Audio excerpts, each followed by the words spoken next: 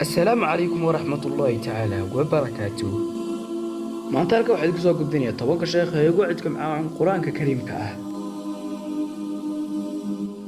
sheekha tobnaad waa sheekh Cabdibaasid Cabdi Samed. sheekhan wuxuu dhashay 1927 meeshuu ku dhashayna waa Egypt oo dalka Masar ah.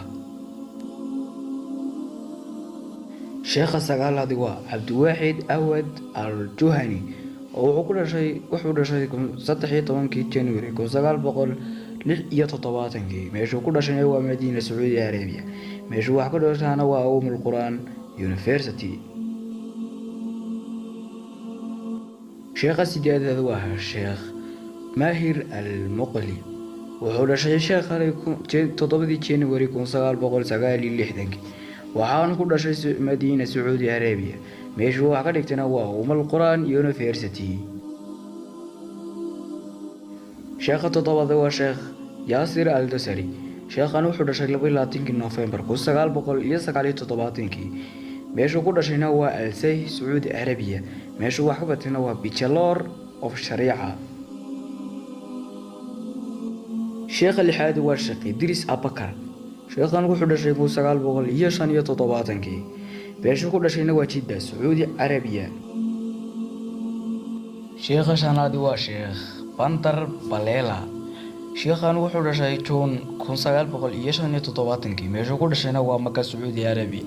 meeshuu wax ka bartayna waa Quran University. sheekha afraad waa sheekh Saad Al-Tamimi. sheekhan wuxuu dhashay 1968 meeshuu ku dhashayna waa Dammam Saudi Arabia. jaamacaddu wax ka dhigtayna waa Islamic Law Dammam.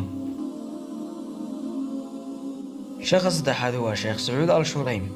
sheekhan wuxuu dhashay 19 January 1964 meeshuu ku dhashayna waa Riyadh Saudi Arabia.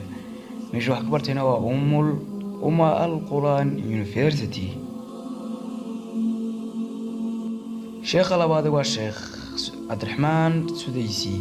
sheekhan wuxuu dhashay 10 February 1960 meeshuu ku dhashayna waa Riyadh Saudi Arabia. meeshuu wax ka bartayna Al-Quran University.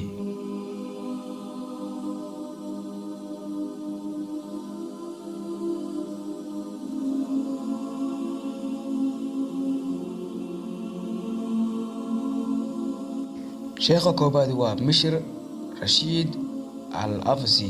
sheekhan wuxuu dhashay 5 September 1976 wuxuu ku dhashay Kuwait. meeshuu wax ka bartayna waa Islamic University of Medina.